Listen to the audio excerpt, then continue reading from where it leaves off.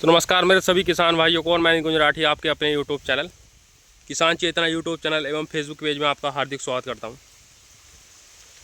तो किसान भाइयों, आज हम अमरदीप भैया जी के पास पहुंचे हैं ग्राम अभिपुरा में, और भैया जी ने काफ़ी ज़बरदस्त और काफ़ी वैरायटी लगा रखी है भैया जी ने। किसान भाइयों, इससे पहले भैया जी की आपने देखी थी वीडियो, उसमें कई वैरायटी की डाली थी हमने वीडियो, काफ़ी वैरायटी थी उसमें। तो आज हम किसान साथियों, इनके 16,202 का प्लॉट है इनका ये, और काफ़ी शानदार खड़ा है, और आप देख ही सकते हो कितनी ज़बरदस्त हाइट ले रहा है। नई वैरायटी है, तो भैया से इस गन्ना वैरायटी के बारे में पूरी जानकारी लें और इसका पूरा आपको करेक्टर पूरा रिव्यू कराएंगे। तो भैया राम राम। और भैया ठीक ठाक हो? तो भैया जी, सबसे पहले तो किसान भाइयों परिचय करा दो आप। सभी किसान भाइयों मेरा राम राम।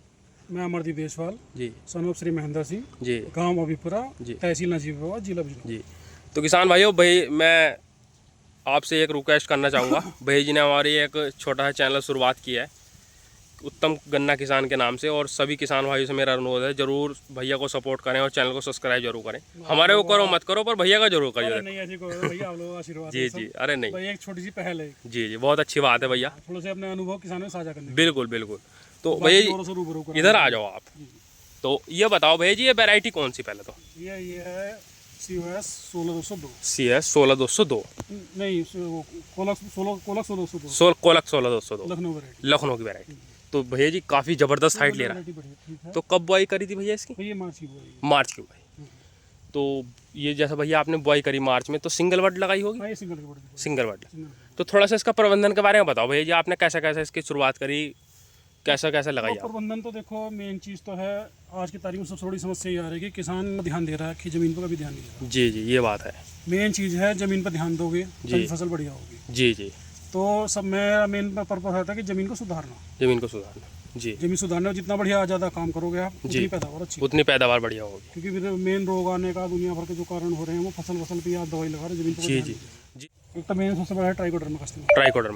ट्राइकोडर्मा का इस्तेमाल जरूर करें। जरूर करें ज़मीन में, जी जी, क्योंकि हमारे जो सूक्ष्म तत्व हैं ज़मीन के वो घटते चले जाते घटते चले जाए। जी हैं, और रोग प्रतिरोधक जब खत्म हो जाएंगे, वो कम हो जाएंगे, तो रोग प्रतिरोधक क्षमता जो है वो कम होती चली जाएगी। जी और मेन एक सुडोमोनास, जी उसका भी बहुत जरूरी चीज़ है। जी सुडोमोनास क्या करता है, जो आपके लार्वा पड़े होते हैं जी पंछियों के, कुछ भी जो मतलब कीट होते हैं, जी जी, तो उन्हें वो खत्म कर देता है। खत्म कर दें। एक मांसाहारी जैविक के रूप में समझ लिया उसे। जी। वो तो उन लार्वा को, उनकी कॉलोनी वाला सब खत्म कर देता है जी जी सुडोमोनास। जी और ज़मीन में जितनी आप गहरी जुताई करें जी, गन्ने के लिए, उतना उतना बढ़िया। गहरा जुताई बहुत बड़ा। बहुत मेन रोल होता है गहरी जुताई। जी तो उसमें सबसे बढ़िया तरीका ये है कि जैसे आप खाद वाद आपको डालना है, जी गोबर की खाद या जो भी है, जी मैली डालना है भाई, गोबर की खाद कम लोगों को, तो जी, मैली डालना मैलिडा। है। मैली डालने के बाद उसके बाद पुलाव तब बाद में निकालना जी, अच्छा, बाद में काट लें। है, बाद में निकालना जी है। तो मैंने देखा है बहुत से क्या करते हैं कि पुलाव मिट्टी वो जो मतलब खाद जो है पुलाव वाला निकालने के बाद तब डालते हैं, जब डालते हैं तो उसका इतना रोल करने में नहीं हो पाता, नहीं क्योंकि आप देखो वो खाद ऊपर ही रहेगा। ऊपर ही रहता है। बिल्कुल और जी, ट्रेंच विधि में जब आप गूल खींचोगे तो मिट्टी ऊपर आ जाएगी, वो खाद सब ऊपर इकट्ठा, खाद ऊपर ऊपर। जी तो बिल्कुल। अंदर गूल में आपके पास कुछ नहीं है। जी जी, उसकी जड़ वो सर्वाइव करने के जी। लिए, और गन्ने की जड़ हमेशा नीचे जाती है, नीचे जाती है। जी साइड में चलेगी या जी। नीचे जाएगी, जी, ऊपर कभी नहीं चलेगी। ऊपर का और आपने जो खाद डाला वो ऊपर पड़ा हुआ है। जी तो अगर आप पुलाव से पहले करेंगे, वो पुलाव से मिट्टी खाद सब नीचे पहुंच जाएगा, जी जैविक प्रक्रिया जो भी आपने की है, जी और वो है जमीन को जड़ों को खाने के लिए उसे पोषक तत्व वहाँ से मिल जाएंगे। जी, तो मेन तो है तैयारी का ये होता तैयारी बहुत जरूरी जी। है। मेन जमीन देखो, जमीन पर ध्यान दोगे जी। तो फसल अच्छी लोगे, फसल वरना कुछ अभी जिस हिसाब से लागत बढ़ती चली जा रही जी। है, किसान को सर्वाइव करना बहुत मुश्किल पड़ेगा। मुश्किल पड़ा है, बिल्कुल जी, ये बात है। हाँ, जी, तो भैया जी रोक तो इसमें नहीं रोग तो खैर नहीं है। नहीं है अभी तक, कुछ कोई दिखाई नहीं दे रहा है, हाँ ना, कोई इतना खास नहीं है। कोई खास नहीं है। और हाइट भी तो शाहजहाँपुर की और लखनऊ की जितनी वैरायटी है, इनमें रोग तो खैर कम है, कम ही है। ये तो मानना पड़ेगा। जी जी, बाकी करनाल की अगर बात करें ना, करनाल की वजन अच्छा है, पैदावार ठीक है, लेकिन रोग उसमें ज़्यादा। रोग है जी, बिल्कुल जी, इसमें कोई शक क्योंकि नहीं। हर जिस वैरायटी में हाई परसेंटेज ऑफ शुगर होगी, जी, उसमें रोग आना ही है, और नहीं जी, पक्की बात है। वो तो पक्की बात है। जी जी कोई सी वैरायटी देख लो। जी, इसमें कोई शक नहीं, बिल्कुल सही बात है। आप लेकिन किसान जो तरक्की करेगा वो करनाल से करेगा, शाहजहाँपुर लखनऊ पे नहीं करेगा। नहीं कर पाएगा। जी जी, ये भी फैक्ट है। फैक्ट है जी। हाँ, तो इसकी डिस्टेंस कितना कर रखा भैया? तो ये 4.5 कौन है? सिंगल बट लगाई थी भैया? हाँ, सिंगल। किसान भाइयों, सिंगल बट लगी हुई है। मैं दिखा देता हूँ, देखो सिंगल बट से काफ़ी ज़बरदस्त गन्ने बने हैं। ये भी हवा चली थी, थोड़े मेढे गिर गए, खुद ही हाथ से बांध दिए थे, जी जी, पर ये बिना इसकी बंधाई भी नहीं कराई। मैं बनाई भी नहीं कराई, मेहनत बहुत बढ़िया करते हैं भैया जी। क्योंकि बंधाई कराने से देखो ट्रेंच का बोने का फायदा ये है कि अगर हम ना बंधाई कराओ तो ज़्यादा अच्छा है। जी ये तो बंधाई का पैसा जाता है। जी दूसरे ट्रेंच में अगर आप 5 फुट वो बंधाई कराओगे तो गन्ना वो मुड़ जाएगा, मुड़ जाएगा, भराई में भी दिक्कत है जी। और आपके बुआई में भी दिक्कत बुआई में भी दिक्कत है, बिल्कुल है। तो ट्रेंच में, क्योंकि ट्रेंच के लिए सक्सेस इसलिए होता है गहरी उसकी गूल कटेगी जी।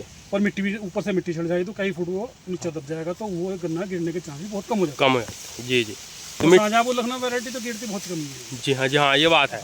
तो भैया जी मिट्टी अपने ट्रैक्टर से लगाई, छोटे वाले अपने छोटे ट्रैक्टर से?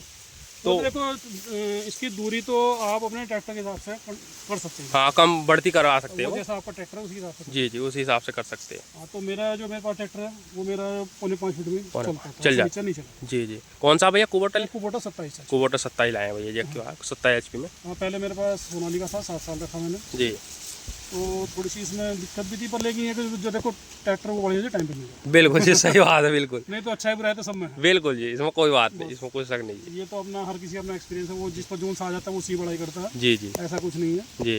पर ये ठीक है काम चलाने के लिए। देखो 7 साल काम किया मैंने जी। सोनाली का, बुराई इसकी भी नहीं करेंगे, हाँ ठीक है। ठीक है। और थोड़ा हीटिंग की प्रॉब्लम है इसमें, हाँ, गर्म हो चलता है। गर्म जी है, गर्मियों में बहुत बुरी हालत है। जी, इस मामले में कुबोटा मुझे ठीक लगा। बहुत बढ़िया, सिगनी बहुत ही बढ़िया लगा। जी, इस दिन दोपहर कैसे चला है कोई फर्क नहीं पड़ता, बढ़िया, हाँ। ठीक चलता। बढ़िया, तो मेरे 5.5 फुट में बढ़िया चल रहा है। जी।